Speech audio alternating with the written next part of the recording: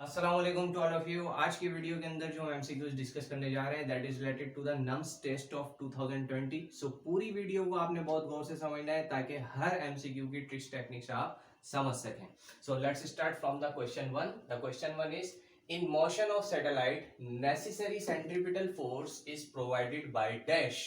कह रहा है कि जब सैटेलाइट मोशन कर रही होती है तो उस पर जो सेंट्रीपिटल फोर्स एक्ट हो रही होती है वो कौन प्रोवाइड कर रहा होता है। अब हम जानते हैं कि सैटेलाइट जो होती है वो रिवॉल्व कर रही होती है अर्थ के अराउंड, ठीक है जी।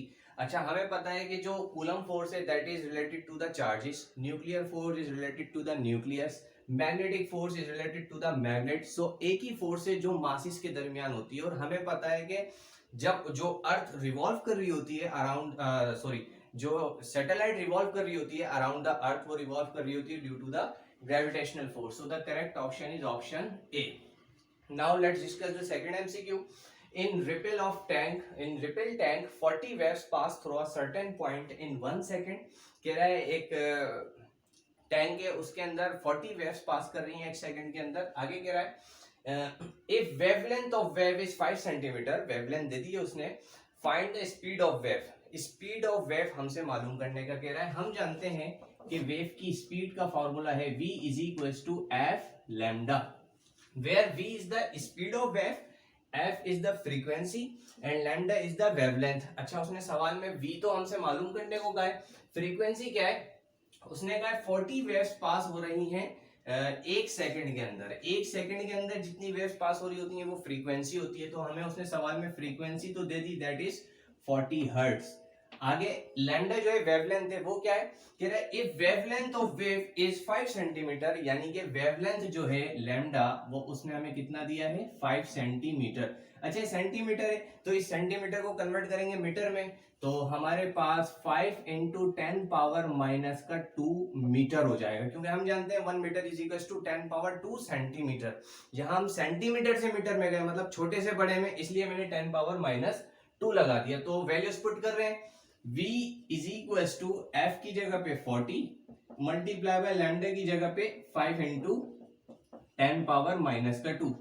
v इज इक्वल टू 40 को 5 से मल्टीप्लाई करें, 5 जीरो 0, 5 4 20, तो मेरे पास 200 आया। आगे इंटू 10 पावर माइनस का 2 एज इट इज।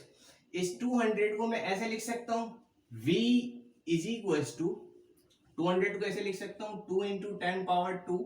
देखो 10 पावर 2 मतलब 100 जब 2 से मल्टीप्लाई होगा तो 200, तो मैंने 200 को 2 इंटू 10 पावर 2 करके लिख दिया। आगे इंटू 10 पावर माइनस का 2। अब देखो 10 पावर प्लस 2 10 पावर माइनस 2 एक दूसरे को खत्म कर देगा, तो v is equal to 2 metre पर सेकेंड। तो उस वेव की जो स्पीड होगी वो कितनी होगी 2 मीटर पर second. So the correct option is option D. Now let's discuss the third MCQ. Third MCQ क्या कह रहा है, the product of frequency and time period is equal to dash. मतलब फ्रीक्वेंसी और टाइम पीरियड की प्रोडक्ट मालूम कर रहा है। अच्छा, हम जानते हैं कि जो फ्रीक्वेंसी होती है that is reciprocal of time period, यानी कि f is equal to 1/t। उसने हमसे फ्रीक्वेंसी और टाइम पीरियड की प्रोडक्ट मालूम की है, तो t इज 1 से डिवाइड हो रहा है, उधर जाएगा f से multiply, so f multiply by t is equal to 1। आप देखो फ्रीक्वेंसी और टाइम पीरियड की हमने प्रोडक्ट की, तो वो प्रोडक्ट किसके बराबर आ रही है 1 के, so it is always equal to 1। Then the correct option is option D. Now let's discuss the fourth MCQ. The fourth MCQ is trough of wave acts as dash। अच्छा जी, wave की trough के बारे में पूछ रहा है। हम जानते हैं फॉर एग्जाम्पल ये एक वेव है,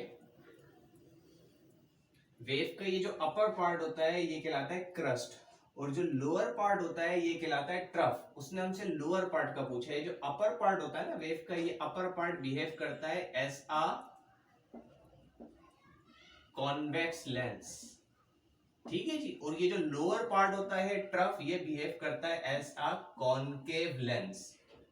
तो इसका करेक्ट ऑप्शन क्या है, इसका करेक्ट ऑप्शन है option A, that is concave lens. तो जो ट्रफ होता है जो कि लोअर पार्ट होता है ये सब बिहेव करता है concave lens. So the correct option is option A. Now question 5.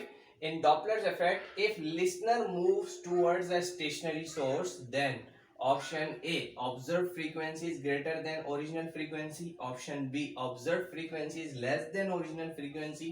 Option C, observed frequency is equals to the original frequency. And option D is observe frequency is independent of original frequency. अब देखो question में क्या कह रहा है कि जो listener है वो एक स्टेशनरी सोर्स की तरफ मूव कर रहा है, तो जो उसकी ऑब्जर्व फ्रीक्वेंसी होगी उस पर क्या फर्क पड़ेगा। मान लो कि कहीं पे कोई एम्बुलेंस खड़ी है, उसका सायरन बज रहा है, अब वो जो सोर्स है जहां से साउंड प्रोड्यूस हो रहा है दैट इज सोर्स, वो एम्बुलेंस है जो कि रेस्ट में स्टेशनरी है। अच्छा, मैं अगर उस एम्बुलेंस की तरफ मूव करके जाऊंगा तो मैं जो साउंड सुनूंगा उस साउंड पर क्या फर्क पड़ेगा कि मुझे उसकी आवाज तेज सुनाई देगी, और वो आवाज मुझे तब तेज सुनाई देगी जब वो उसकी ऑब्जर्व फ्रीक्वेंसी मेरे लिए क्या हो जाएगी, बढ़ जाएगी। तो जब कोई भी स्टेशनरी सोर्स की तरफ आप जा रहे होते हो तो आपको आवाज तेज सुनाई देती है। वो तेज आवाज इसलिए सुनाई दे रही होती है क्योंकि जो ऑब्जर्व फ्रीक्वेंसी आप कर रहे होते हो वो बढ़ रही होती है साउंड की आपके लिए। सो the correct option is option A, observe frequency is greater than the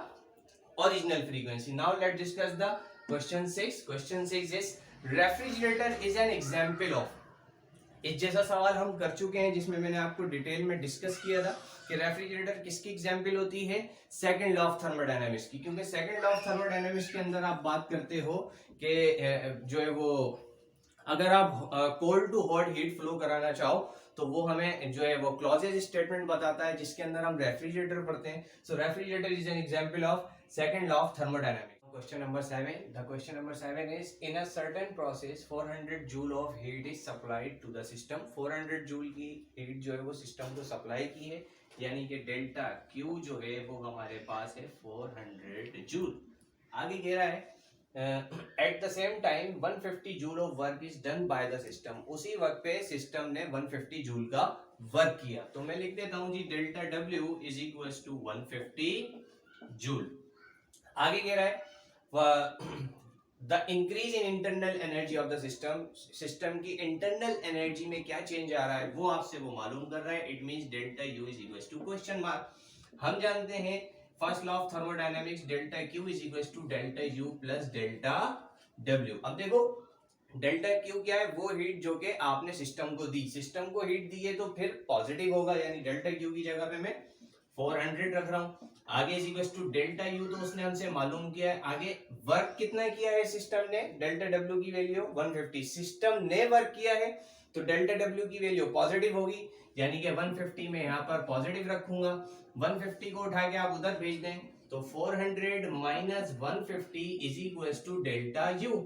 400 में से 150 गए तो delta U is equal to 250 joule. Then the correct option is option C.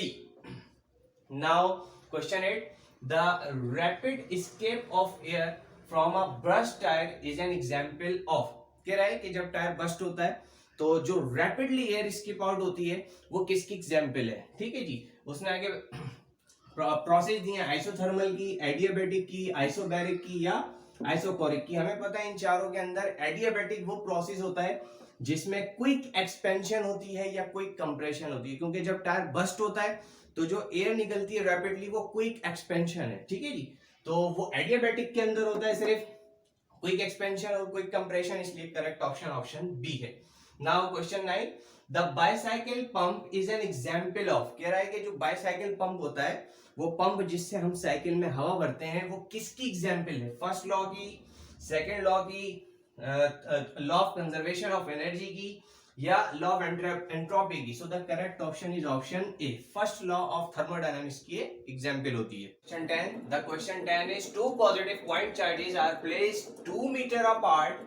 The electric potential at midpoint due to these two charges will be dash। कह रहा है दो positive point charges हैं, ठीक है जी, वो ये रहे और 2 मीटर के डिस्टेंस पर वो हैं। उन दोनों पॉजिटिव पॉइंट चार्जेस के दरमियान में जो पोटेंशियल होगा वो हमसे मालूम कर रहा है। अच्छा, हम जानते हैं कि जो पोटेंशियल है वो इनवर्सली प्रोपोर्शनल है डिस्टेंस के, मतलब जितना ज्यादा डिस्टेंस आप बढ़ाते जाओगे पोटेंशियल क्या होता जाएगा, कम होता जाएगा, ऐसा ही है। तो उसने कहा है कि डिस्टेंस कितना कर दिया है 2 मीटर, तो d की जगह पर मैं 2d रख रहा हूं, तो v is that inversely proportional to 2d। अच्छा देखो जी, ये 2 कहाँ है, अपॉन के अंदर है, मतलब अपॉन के नीचे है। अगर 2 अपॉन के नीचे है इट मींस के पोटेंशियल जो है वो 2 टाइम क्या हो जाएगा, डिक्रीज हो जाएगा। कब, जब आप डिस्टेंस को 2 मीटर कर दोगे। सो पोटेंशियल 2 टाइम डिक्रीज होने का मतलब है कि पोटेंशियल हाफ हो जाएगा। So the correct option is option B, reduce to half. It means potential half हो जाएगा। एमसीक्यूज आपको क्लियर हुए होंगे, फिर भी कहीं कहीं कोई कंफ्यूजन रह गई हो, कोई क्वेश्चन हो तो आप लोग मुझसे कमेंट बॉक्स में पूछ सकते हैं। अपना बहुत बहुत ख्याल रखिएगा। अल्लाह हाफिज।